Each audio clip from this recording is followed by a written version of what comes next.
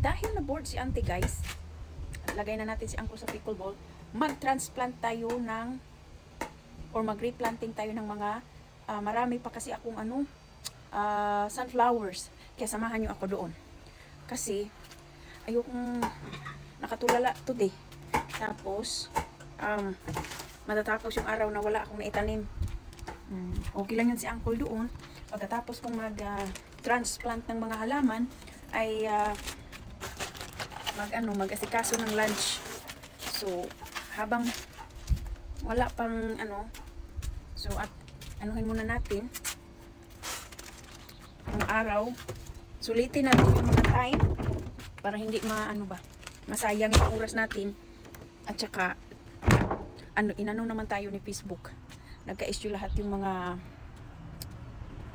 videos ko, so asarin natin lalo si Facebook. So pakita ko sa inyo guys ang front yard garden ko sa ngayon habang nagvi-video tayo, no. So ito yung update sa front yard ni auntie.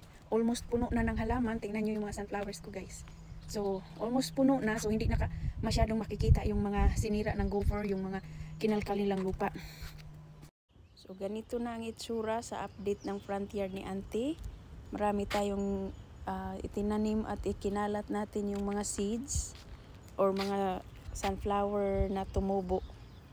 So ayan na guys.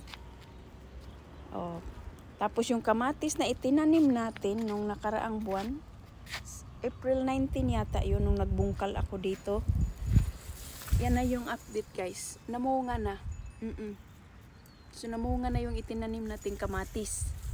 Last month lang yan, hindi pa isang buwan, namunga na siya. Chives. Yung chives ay para siyang sibuyas dahon na namumulaklak ng purple. Ayan. Very strong yan. Strong siya ng amoy kaysa sa sibuyas dahon.